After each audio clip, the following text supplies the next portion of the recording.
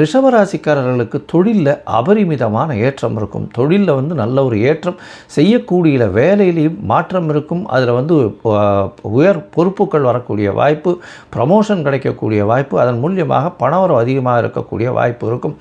தூக்கம் நிச்சயமாக கெடும். அதை தவிர உடல் ஆரோக்கியத்தை நல்லபடியாக பார்த்துக்கோங்க. உங்களுடைய சுகங்கள் சற்று கிடக்கூடிய வாய்ப்பு, தாயின் உடல்நிலையில் சற்று பின்னடைவு இருக்கக்கூடிய வாய்ப்புகள் நிச்சயமாக உண்டு. அதை தவிர படிக்கக்கூடிய மாணவர்கள் ஒரு தடவைக்கு 4 தரம் படிக்கிறது நல்லது. ஏன்னா உங்களுடைய ராசிக்கு 4ஆம் இடத்தை பார்க்குறது கல்வி ஸ்தானம்னு சொல்லக்கூடியது. அதனால் சிறு சிறு மறதி வரக்கூடிய வாய்ப்புகள் நிச்சயமாக உண்டு. உங்களுடைய ராசிக்கு பார்த்தாங்கன்னா எதிர்பாலினத்தவர் மூலியமாக சிறு சிறு தொல்லைகள் வரக்கூடிய வாய்ப்புகள் உண்டு. அதை தவிர பார்ட்னர்ஷிப் பிஸ்னஸில் பின்னடைவு இருக்கக்கூடிய வாய்ப்புகள் நிச்சயமாக இருக்கும். பார்ட்னருடைய கை ஓங்கி இருக்கக்கூடிய வாய்ப்புகள் நிச்சயமாக இருக்கும். இந்த காலகட்டத்தில் பார்த்தீங்கன்னா நீங்கள் அருகில் இருக்கக்கூடிய குச்சனூர் போயிட்டு வாங்க. சனி பகவானுக்கு உண்டான கோவில் இருக்கக்கூடிய இடம் அது குச்சனூர்.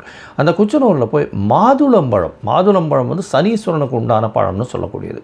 அந்த சனீஸ்வரனுக்கு உண்டான பழம்ன்றதுனால மாதுளம்பழம் வாங்கி உங்களால் எவ்வளோ முடியுமோ அது தானம் பண்ணுங்க. அது கீழ்த்தட்டு மக்களுக்கு தானம் பண்ணுவோம்.